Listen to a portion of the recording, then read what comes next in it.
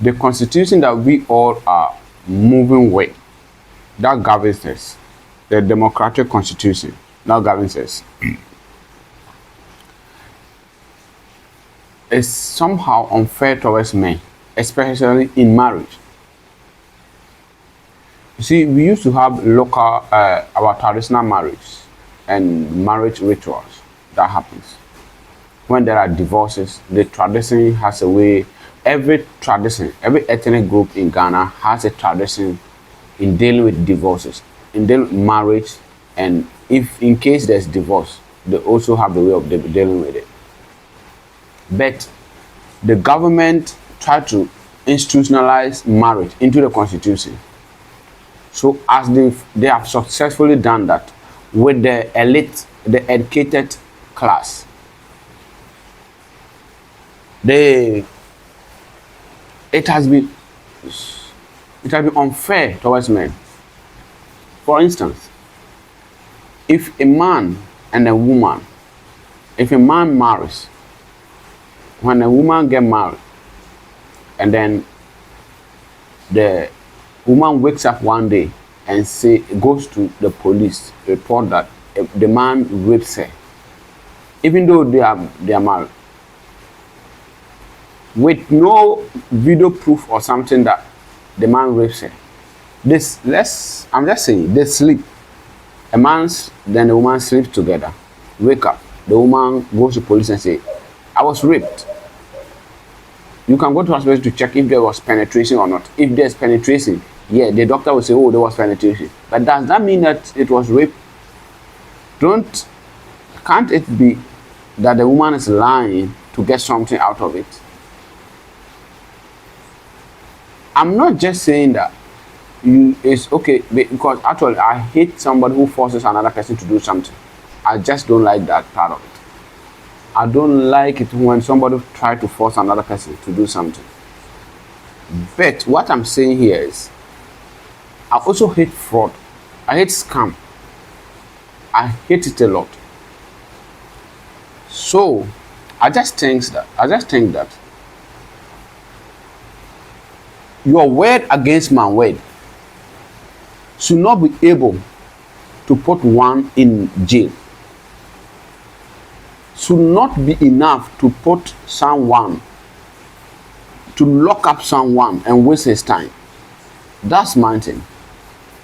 It should be able to be settled without somebody going to spend time in jail, whether it's the man or the woman. But you see, it's more believable when a woman says a man rapes me. That's where my concern is.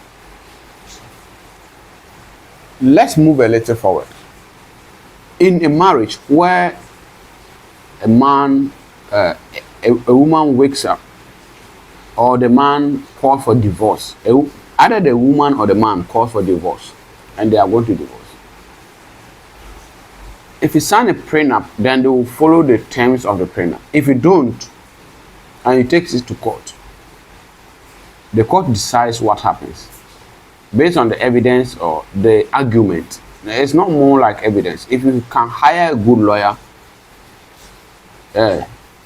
based on the arguments, so the court might end up 50-50 of the man's possessions. The reason I'm saying the man here is because majority of marriages, the men are more richer than the women.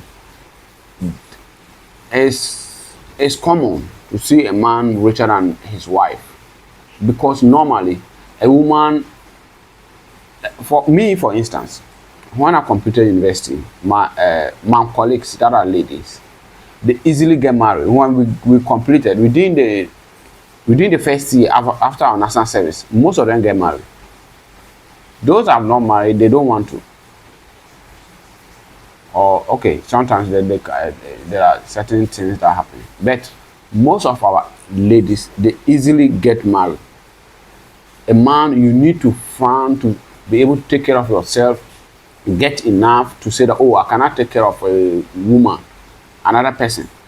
And that is not all. When you are able to take care of another person, that's a girlfriend stage.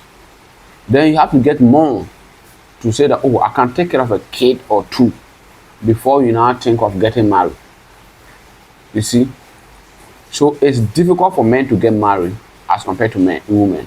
So a man who gets all this thing, gets more money to take care of himself, get more money to take care of a girlfriend, and then when he gets more and more money, he now thinks of taking care of kids, paying their school fees, hospital bills, everything, owning a place like a accommodation to take care of all that.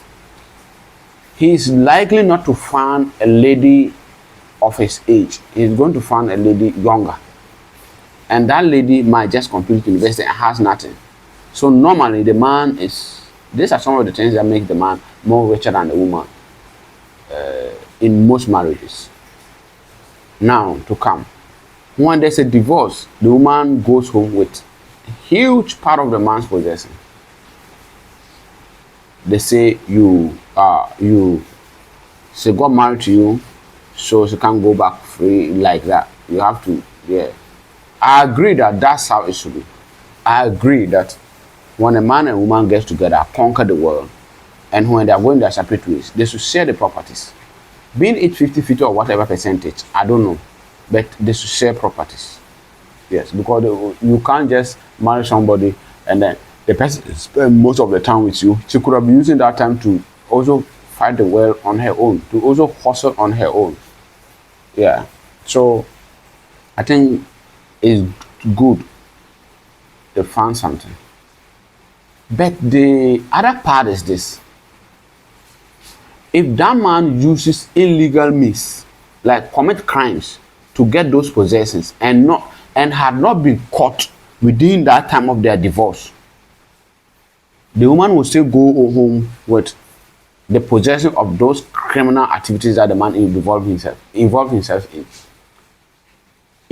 So I'm asking, if the man get caught in the process of making that wealth or in gathering the wealth at a point in time that he gathers that wealth, he is caught and he's being sentenced to go to jail. Should the man share part of his jail time with the woman?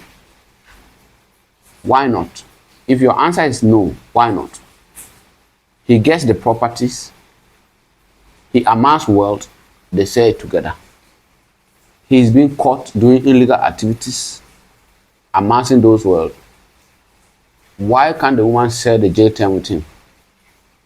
If it is fair to take the good, you should be able to take the battle. That's what I just think.